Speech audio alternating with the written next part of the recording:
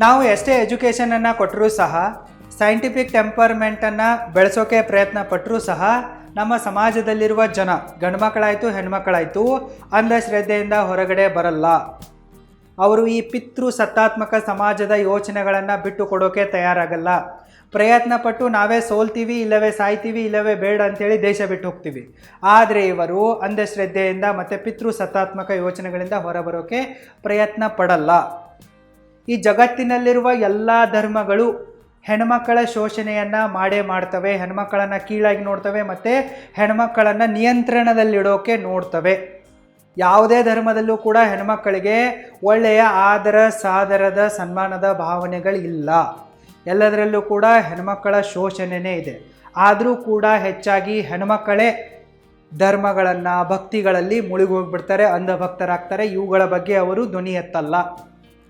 ಯಾರಾದರೂ ಹುಡುಗಿ ಇದರ ವಿರುದ್ಧವಾಗಿ ಧ್ವನಿ ಎತ್ತಿದರೆ ಅವಳನ್ನು ನಮ್ಮ ಸಮಾಜ ಕ್ಯಾರೆಕ್ಟರ್ಲೆಸ್ ಅಂತ ಘೋಷಣೆ ಮಾಡುತ್ತೆ. ಅವಳು ಸರಿಯಾದ ಹೆಣ್ಣಲ್ಲ, ಅವಳು ನಡತೆ ಗೆಟ್ಟಿದ್ದಾಳೆ ಅಂಥೇಳಿ ಡಂಗುರ ಸಾರುತ್ತೆ. ನೀವು ರಾಮಾಯಣದಲ್ಲಿನ ಸೀತೆಯ ಅಗ್ನಿ ಪರೀಕ್ಷೆಯ ಬಗ್ಗೆ ಕೇಳಿರ್ತೀರ.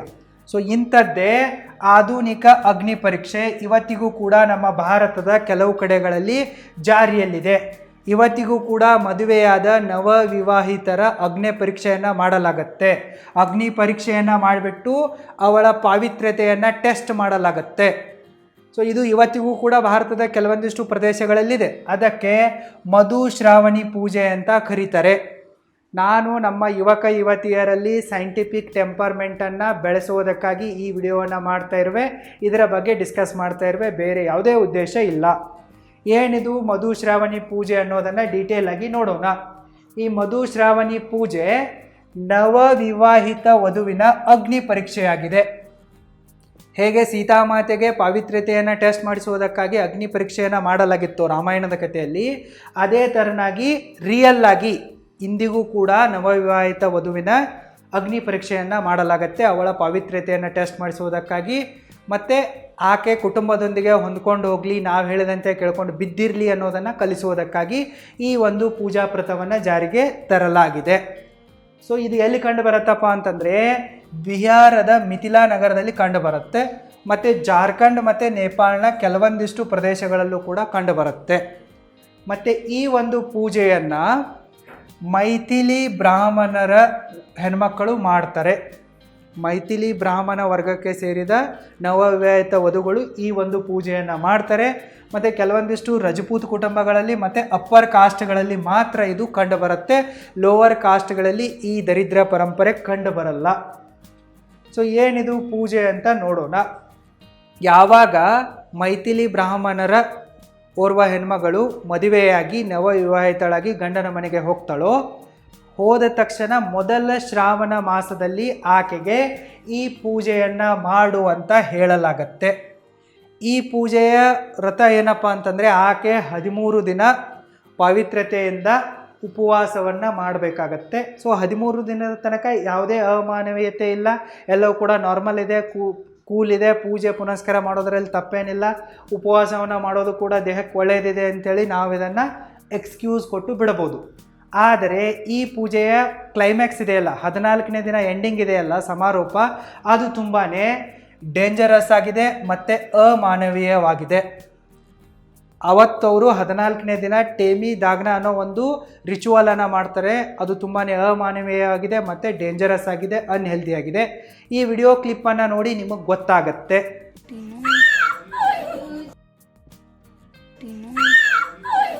ಈ ಮಧುಶ್ರಾವಣಿ ಪೂಜೆಯ 14ನೇ ದಿನ ಟೇಮಿ ದಾಗ್ನ ಅನ್ನೋ ಒಂದು ರಿಚುವಲ್ ಇದೆಯಲ್ಲ, ಅದನ್ನು ಕೇಳಿದರೂ ಕೂಡ ಭಯ ಆಗೋಕ್ಕೆ ಶುರು ಆಗುತ್ತೆ.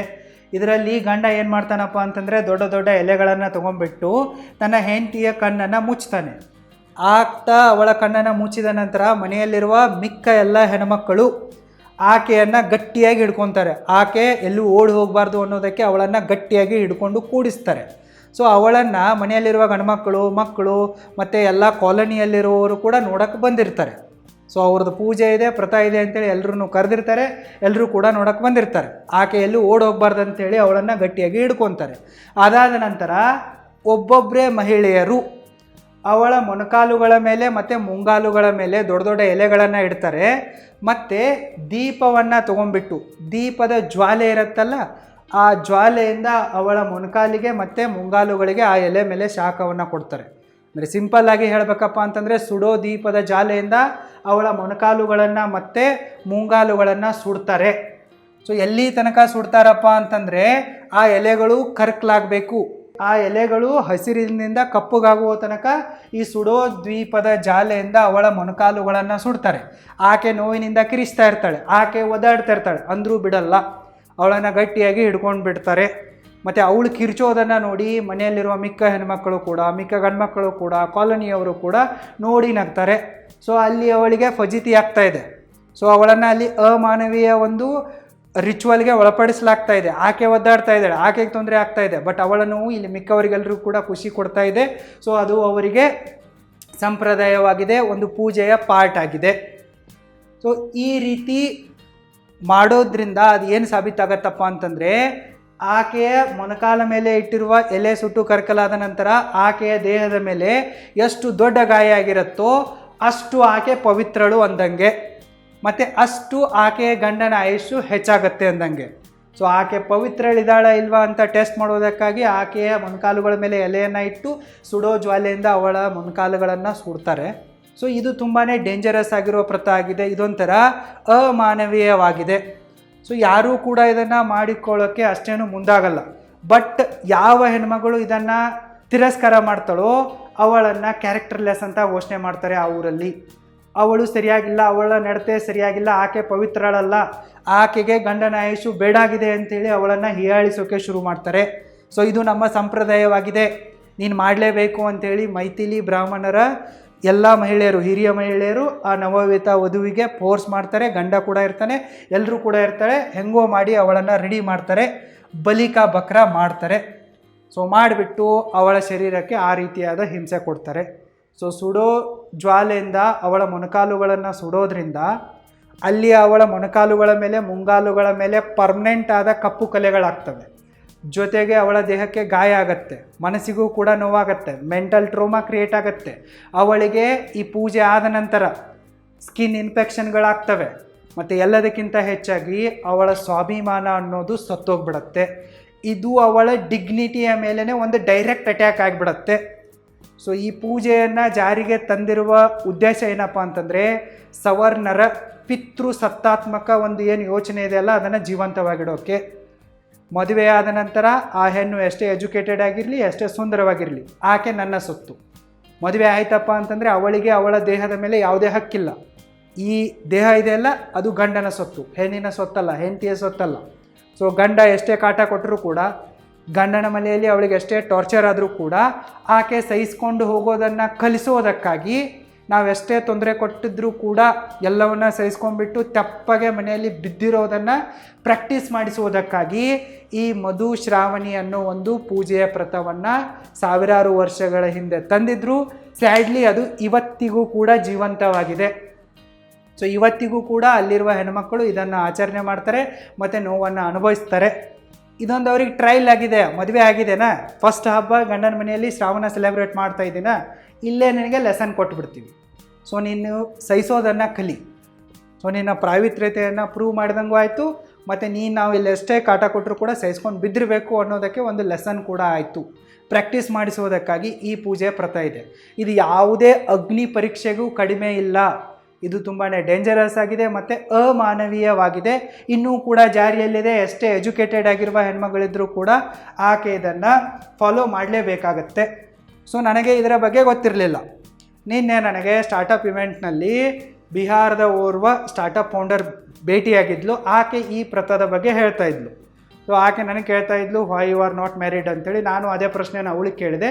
ಸೊ ಆಕೆ ಅವರ ಸಮಾಜದಲ್ಲಿರುವ ಒಂದು ಪ್ರಥ ಇದೆ, ಸೊ ಇದನ್ನು ನನಗೇನು ಮಾಡೋಕ್ಕೆ ಇಷ್ಟ ಇಲ್ಲ, ಸೊ ಅದಕ್ಕಾಗಿ ನಾನು ಔಟ್ ಆಫ್ ಕಾಸ್ಟ್ ಹುಡ್ತಾ ಇರುವೆ, ಸ್ವತಂತ್ರವಾಗಿ ಬದುಕೋಕ್ಕೆ ಇಷ್ಟಪಡ್ತಾ ಇರುವೆ ಅಂತ ಹೇಳುವಾಗ ಆಕೆ ಇದರ ಬಗ್ಗೆ ಹೇಳಿದ್ಲು. ಸೊ ಈಗ ಹೆಣ್ಮಕ್ಕಳು ಮತ್ತು ಪ್ರಗತಿಪರ ಗಂಡ್ಮಕ್ಕಳು ಫೇಕ್ ಫೆಮಿನಿಸ್ಟ್ನಿಂದ ಹೊರ ಬಂದುಬಿಟ್ಟು ಇದರ ಬಗ್ಗೆ ಯೋಚನೆ ಮಾಡಬೇಕು. ಅನಾದಿ ಕಾಲದಿಂದಲೂ ಕೂಡ, ಪುರಾಣ ಕಾಲದಿಂದಲೂ ಕೂಡ, ಇತಿಹಾಸ ಕಾಲದಿಂದಲೂ ಕೂಡ ಬರೀ ಹೆಂಡತಿಯ ಪಾವಿತ್ರ್ಯತೆಯನ್ನಷ್ಟೇ ಟೆಸ್ಟ್ ಮಾಡ್ತಾಯಿದೆ. ಅವಳ ವರ್ಜಿನಿಟಿಯ ಮೇಲೇ ಎಲ್ಲರ ಪ್ರಶ್ನೆಗಳಿವೆ. ಆದರೆ ಗಂಡನ ಪವಿತ್ರತೆ, ಗಂಡನ ವರ್ಜಿನಿಟಿಯ ಮೇಲೆ ಯಾರಿಗೂ ಡೌಟೇ ಇಲ್ಲ. ಯಾಕೆ ಹೀಗೆ ಅನ್ನೋದನ್ನು ನೀವು ಪ್ರಶ್ನೆ ಮಾಡಬೇಕು.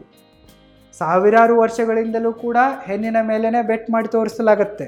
ಎಲ್ಲ ಪೂಜೆ ಪುನಸ್ಕಾರ ಪ್ರಥೆಗಳಿರ್ಬೋದು, ಧಾರ್ಮಿಕ ಸಂಸ್ಕಾರಗಳಿರ್ಬೋದು, ಹೆಣ್ಣನ್ನೇ ಬಂಧನದಲ್ಲಿಡೋಕೆ ಟ್ರೈ ಮಾಡುತ್ತೆ. ಆದರೆ ಗಂಡು ಮಕ್ಕಳಿಗೆ ಬುದ್ಧಿವಾದಗಳನ್ನು ಹೇಳೋಕ್ಕೆ ಟ್ರೈ ಮಾಡಲ್ಲ. ಉದಾಹರಣೆಯನ್ನು ಕೊಡಬೇಕಪ್ಪ ಅಂತಂದರೆ, ಸತಿಪ್ರಥ, ಗಂಡ ಸತ್ತ ನಂತರ ಹೆಂಡತಿಯನ್ನು ಚಿತೆಗೆ ತಳ್ಳಿ ಅವಳನ್ನು ಸಾಯಿಸುವ ಕ್ರೂರ ಪರಂಪರೆ ಇತ್ತು. ಯಾಕಪ್ಪ ಅಂತಂದರೆ ಆಕೆ ಅಕ್ರಮ ಸಂಬಂಧಗಳನ್ನು ಮಾಡ್ಬೋದು, ದಾರಿಗಳನ್ನು ತಪ್ಪಬಹುದು ಅಂಥೇಳಿ ಈ ರೀತಿ ಮಾಡ್ತಾಯಿದ್ರು. ಆದರೆ ಹೆಂಡತಿ ಸತ್ತಾಗ ಗಂಡ ಏನು ಇದರಲ್ಲಿ ಬಿದ್ದು ಸಾಯಲಿಲ್ಲ, ಬರೀ ಇದು ಹೆಣ್ಮಕ್ಳಿಗೆ ಅಷ್ಟೇ ಇತ್ತು. ಅದೇ ಥರ ಕರ್ವಾ ಚೌತ್ ಅನ್ನೋ ಒಂದು ಪೂಜೆಯನ್ನು ನಾರ್ತ್ ಇಂಡಿಯಾ ಸೈಡ್ ಮಾಡ್ತಾರೆ. ಅದರಲ್ಲಿ ಹೆಣ್ಮಕ್ಕಳು ದಿನವೆಲ್ಲ ಉಪವಾಸ ಇರ್ತಾರೆ ಮತ್ತು ರಾತ್ರಿಯಲ್ಲಿ ಈ ಥರ ಒಂದು ಫಿಲ್ಟರ್ನಿಂದ ಚಂದ್ರನನ್ನು ನೋಡ್ತಾರೆ. ಅದಾದ ನಂತರ ಪೂಜೆ ಮಾಡಿಬಿಟ್ಟು ಗಂಡ ಊಟ ಆದ ನಂತರ ತಾವು ಮಾಡ್ತಾರೆ. ಯಾಕಿದು ಅಂದರೆ ಹೆಣ್ಮಕ್ಕಳಷ್ಟೇ ಯಾಕೆ ಪೂಜೆ ಮಾಡಬೇಕು? ನೆಕ್ಸ್ಟ್ ಛಟ್ ಪೂಜಾ ಅಂತ ಒಂದಿದೆ. ಇದರಲ್ಲಿಯೂ ಕೂಡ ಹೆಣ್ಮಕ್ಕಳಷ್ಟೇ ಪೂಜೆ ಮಾಡಬೇಕು, ತಮ್ಮ ಪವಿತ್ರತೆಯನ್ನು ಸಾಬೀತು ಮಾಡಬೇಕು. ಇದೇ ಥರ ಒಟ್ಟು ಪೂಜೆ ಇದೆ. ಸತಿ ಸಾವಿತ್ರಿಯ ಕಥೆಯಿಂದ ಇನ್ಸ್ಪೈರ್ ಆಗಿ ಇದನ್ನು ಹೆಣ್ಮಕ್ಳು ಮಾಡ್ತಾರೆ, ಗಂಡನ ಆಯುಷ್ಯು ಆರೋಗ್ಯ ಹೆಚ್ಚಾಗಲಿ ಅಂಥೇಳಿ. ಇದೇ ಥರ ಭೀಮನ ಅಮಾವಾಸ್ಯೆ ಇದೆ. ಸೊ ಇಲ್ಲಿ ಕೂಡ ಹೆಣ್ಮಕ್ಳೇ ಗಂಡನ ಕಾಲು ತೊಳೆದು ಪೂಜೆ ಮಾಡಬೇಕು, ಗಂಡ ಏನು ಮಾಡಲ್ಲ. ಇನ್ನು ಮಧುಶ್ರಾವಣಿಯಲ್ಲಿ ಇದು ಅಗ್ನಿ ಪರೀಕ್ಷೆನೇ ಆಯ್ತಲ್ಲ, ಗಂಡ ಅವಳ ಕಣ್ಮುಚ್ತಾನೆ, ಮನೆಯವರೆಲ್ಲ ಸೇರಿಬಿಟ್ಟು ಅವಳ ಮೊಣಕಾಲುಗಳನ್ನು ಸುಡೋ ದೀಪದಿಂದ ಸುಟ್ಟು ಅವಳ ಪವಿತ್ರ ಇದಾಳೋ ಇಲ್ವೋ ಅಂತೇಳಿ ಟೆಸ್ಟ್ ಮಾಡ್ತಾರೆ. ಎಷ್ಟು ದೊಡ್ಡ ಗಾಯ ಆಗುತ್ತೋ ಅಷ್ಟು ಗಂಡನ ಆಯುಸ್ಸು ಹೆಚ್ಚಾಗುತ್ತೆ ಅಂತಾರೆ. ಒಂದಲ್ಲ ಎರಡಲ್ಲ, ಇಂತಹ ನೂರಾರು ಪ್ರಥೆಗಳಿವೆ. ಇದರಲ್ಲಿ ಹೆಣ್ಮಕ್ಕಳದ್ದೇ ಶೋಷಣೆ ಆಗ್ತಾ ಇದೆ. ಹೆಣ್ಮಕ್ಕಳನ್ನು ಅಮಾನವೀಯವಾಗಿ ನಡೆಸಿಕೊಳ್ಳಲಾಗ್ತಾ ಇದೆ. ಹೆಣ್ಮಕ್ಕಳ ಪವಿತ್ರತೆಯ ಮೇಲೆ, ವರ್ಜಿನಿಟಿಯ ಮೇಲೆ ಡೌಟನ್ನು ಎತ್ತಲಾಗ್ತಾ ಇದೆ, ಬೆರಳು ಮಾಡಿ ತೋರಿಸ್ಲಾಗ್ತಾ ಇದೆ. ಆದರೂ ಕೂಡ ಹೆಣ್ಮಕ್ಳು ಇದನ್ನು ಕಣ್ಮುಚ್ಚಿ ಮಾಡ್ಕೊಂಡು ಹೋಗ್ತಾ ಇದ್ದಾರೆ. ಸೊ ಮಾಡೋರು ಮಾಡ್ಬೋದು, ಮಾಡಬೇಡಿ ಅಂತ ನಾನೇನು ಹೇಳ್ತಾ ಇಲ್ಲ, ಬಟ್ ಒಂದು ಥಾಟ್ ಪ್ರೊಸೆಸನ್ನು ಇಡ್ತಾ ಇರಬೇಕು. ಸೊ ಈ ಎಲ್ಲ ಒಂದು ಸಂಪ್ರದಾಯಗಳಿಂದ ಏನು ಕನ್ಕ್ಲೂಷನ್ ಬರುತ್ತಪ್ಪ ಅಂತಂದರೆ, ಪಿತೃಸತ್ತಾತ್ಮಕ ಯೋಚನೆ ನಮ್ಮ ಸಮಾಜದಲ್ಲಿ ಇಂದಿಗೂ ಜೀವಂತವಾಗಿದೆ. ಗಂಡ್ಮಕ್ಳು ನಾವು ಶ್ರೇಷ್ಠರು, ಹೆಣ್ಮಕ್ಳು ನಾವು ಹೇಳ್ದಂಗೆ ಕೇಳಬೇಕು, ನಮ್ಮ ಗುಲಾಮರಾಗಿರಬೇಕು. ಹೆಣ್ಮಕ್ಕಳನ್ನು ಕಂಟ್ರೋಲ್ನಲ್ಲಿಡುವುದಕ್ಕಾಗಿ, ಅವರನ್ನು ತಿಳಿಯುವುದಕ್ಕಾಗಿಯೇ ಈ ಥರನಾದ ಸಂಪ್ರದಾಯಗಳು, ಚಿತ್ರ ವಿಚಿತ್ರವಾದ ಪೂಜೆ ಪುನಸ್ಕಾರಗಳು. ಅದರಲ್ಲಿ ಬರೀ ಹೆಣ್ಮಕ್ಕಳಷ್ಟೇ ಉಪವಾಸ ಇರಬೇಕು, ಹೆಣ್ಮಕ್ಕಳಷ್ಟೇ ಗಂಡನಿಗಾಗಿ ಎಲ್ಲ ಪೂಜೆ ಪುನಸ್ಕಾರ ವೃತ್ತಗಳನ್ನು ಮಾಡಬೇಕು. ಗಂಡು ಮಕ್ಕಳಿಗೇನು ಹೆಂಡತಿ ಮೇಲೆ ಪ್ರೀತಿ ಇಲ್ವಾ? ಸೊ ಒಂದರಲ್ಲಾದರೂ ಗಂಡುಮಕ್ಕಳ ವರ್ಜಿನಿಟಿಯನ್ನು, ಗಂಡುಮಕ್ಕಳ ಲಾಯಲ್ಟಿಯನ್ನು, ಗಂಡುಮಕ್ಕಳ ಪ್ರೀತಿಯನ್ನು ಟೆಸ್ಟ್ ಮಾಡೋಕ್ಕೆ ಏನಾದರೂ ಬೇಕಲ್ಲ? ಏನೂ ಇಲ್ಲ, ಬರೀ ಹೆಣ್ಮಕ್ಕಳ ಶೋಷಣೆ ಅಷ್ಟೇ ಇದೆ. ಸೊ ಇವೆಲ್ಲವೂ ಕೂಡ ಶೋಷಣೆಯ ಪಾರ್ಟ್ ಆಗಿವೆ. ಸೊ ಈ ರೀತಿ ನಾವು ಸೈಂಟಿಫಿಕ್ ಆ್ಯಂಗಲ್ನಲ್ಲಿ ಕೂಡ ಯೋಚನೆ ಮಾಡೋದು ತುಂಬಾ ಇಂಪಾರ್ಟೆಂಟ್ ಆಗಿದೆ. ಸೊ ನಮ್ಮ ದೇಶದಲ್ಲಿ ಒಂದು ದೊಡ್ಡ ಹಣೆಬರ ಕರ್ಮ ಏನಪ್ಪ ಅಂತಂದರೆ, ಅನ್ಎಜುಕೇಟೆಡ್ ಆಗಿರುವವರಿಗಿಂತ ಎಜುಕೇಟೆಡ್ ಆಗಿರುವವರೇ ಜಾಸ್ತಿ ಸ್ಟುಪಿಡ್ ಇದ್ದಾರೆ, ಅಂಧಭಕ್ತರಾಗಿದ್ದಾರೆ, ಎಲ್ಲ ಮೂಢನಂಬಿಕೆಗಳನ್ನು ಫಾಲೋ ಮಾಡ್ತಾರೆ. ಸೊ ಮುಂಚೆಯಿಂದ ಯಾವುದೋ ಒಂದು ಪ್ರಥೆ ನಡೆದು ಬರ್ತಾ ಇದೆ ಅಂತಂದರೆ ಅದನ್ನು ಫಾಲೋ ಮಾಡಬೇಕಾದ ಅವಶ್ಯಕತೆ ಇಲ್ಲ. ಇವತ್ತು ನಾವು 2025ನಲ್ಲಿದ್ದೀವಿ. ಸೈನ್ಸ್ ಬಗ್ಗೆನೂ ಕೂಡ ಯೋಚನೆ ಮಾಡಬೇಕು. ಭಗತ್ ಸಿಂಗ್ ಅವರು ಹೇಳಿದ್ರಲ್ಲ, ಹಳೆ ಕಾಲದಿದೆ ಅಂತೇಳಿ ಫಾಲೋ ಮಾಡೋದಲ್ಲ, ಕ್ವಶನ್ ಮಾಡಬೇಕು ನಾವು. ಸೊ ಹೆಂಡತಿಯ ಮೊಣಕಾಲುಗಳನ್ನು ಸುಡೋದ್ರಿಂದ ಗಂಡನ ಆಯುಷ್ಯ ಹೆಂಗೆ ಹೆಚ್ಚಾಗತ್ತೆ? ಸೊ ಅವಳ ದೇಹದ ಮೇಲೆ ಗಾಯ ಮಾಡಿ ಅವಳ ಪವಿತ್ರ್ಯದ ಪರೀಕ್ಷೆ ಹೇಗಾಗತ್ತೆ? ಸೊ ಹೆಂಡತಿ ಉಪವಾಸ ಇರೋದ್ರಿಂದ ಗಂಡನ ಆಯುಷ್ಯ ಹೆಂಗೆ ಹೆಚ್ಚಾಗತ್ತೆ? ಸೊ ಆ ರೀತಿ ಇತ್ತಪ್ಪ ಅಂತಂದರೆ ಗಂಡ ಕೂಡ ಹೆಂಡತಿಗಾಗಿ ಮಾಡ್ಬೋದಲ್ಲ, ಗಂಡ ಕೂಡ ಹೆಂಡತಿಯ ಆಯುಷ್ಯಕ್ಕಾಗಿ, ಆರೋಗ್ಯಕ್ಕಾಗಿ ಇಷ್ಟೆಲ್ಲ ಪೂಜೆಗಳನ್ನು ಮಾಡ್ಬೋದಿತ್ತಲ್ಲ, ಮಾಡಲ್ಲ. ಸೊ ಇದೇ ಪಿತೃಸತ್ತಾತ್ಮಕ ಯೋಚನೆ ಆಗಿದೆ. ಹೆಣ್ಣನ್ನು ನೀನು ಕೀಳಿದೆಯಾ, ನೀನು ಗುಲಾಮಳಿದೆಯಾ, ನೀನು ಅಲ್ಲೇ ಇರು, ನಾನು ಹಿಂಗೆ ಇರ್ತೀನಿ ಅನ್ನೋದನ್ನು ಇಂಡೈರೆಕ್ಟಾಗಿ ಹೇಳಿಬಿಟ್ಟು ಅವಳ ಕಡೆಯಿಂದ ಮಾಡಿಸುವುದಕ್ಕಾಗಿ, ಅವಳನ್ನು ಕಟ್ಟಿ ಹಾಕುವುದಕ್ಕಾಗಿ ಇಷ್ಟೆಲ್ಲ ವ್ಯವಸ್ಥೆಗಳಿವೆ. ನೀವು ನಿಮ್ಮ ಲೈಫಲ್ಲಿ ಇಂತಹ ಎಲ್ಲ ಬಂಧನಗಳಿಂದ ಹೊರ ಬಂದುಬಿಟ್ಟು ಸಂಪೂರ್ಣ ಸ್ವಾತಂತ್ರ್ಯವನ್ನು ಸಾಧಿಸಿಬಿಟ್ಟು ನಿಮ್ಮಿಷ್ಟದಂತೆ ಬದುಕಬೇಕಪ್ಪ ಅಂತಂದರೆ ನಿಮ್ಮ ಹತ್ರ ಟೈಮ್ ಫ್ರೀಡಮ್ ಇರಬೇಕು ಮತ್ತು ಫೈನಾನ್ಷಿಯಲ್ ಫ್ರೀಡಮ್ ಇರಬೇಕು. ಸೊ ನಿಮಗೆ ಟೈಮ್ ಫ್ರೀಡಮನ್ನು, ಫೈನಾನ್ಷಿಯಲ್ ಫ್ರೀಡಮನ್ನು ಅಚೀವ್ ಮಾಡೋ ಆಸೆ ಇದ್ದರೆ ನೀವು roaringbusinesschool.comಗೆ ವಿಸಿಟ್ ಮಾಡಿ, ಟೈಮ್ ಮ್ಯಾನೇಜ್ಮೆಂಟ್ ಕೋರ್ಸಿಗೆ, ಮನಿ ಮ್ಯಾನೇಜ್ಮೆಂಟ್ ಕೋರ್ಸಿಗೆ ಜಾಯಿನ್ ಆಗಿ ಟೈಮ್ ಫ್ರೀಡಮನ್ನು ಮತ್ತು ಫೈನಾನ್ಷಿಯಲ್ ಫ್ರೀಡಮನ್ನು ಅಚೀವ್ ಮಾಡಿ. ಅಂದಾಗಲೇ ನಿಮಗೆ ಅಬ್ಸಲ್ಯೂಟ್ ಫ್ರೀಡಮ್ ಸಿಗುತ್ತೆ, ನೀವು ನಿಮ್ಮಿಷ್ಟದಂತೆ ಬದುಕ್ಬೋದು. ಸೊ ಇಷ್ಟ ಆದರೆ ಫಾಲೋ ಮಾಡಿ. All the best. Thank you so much.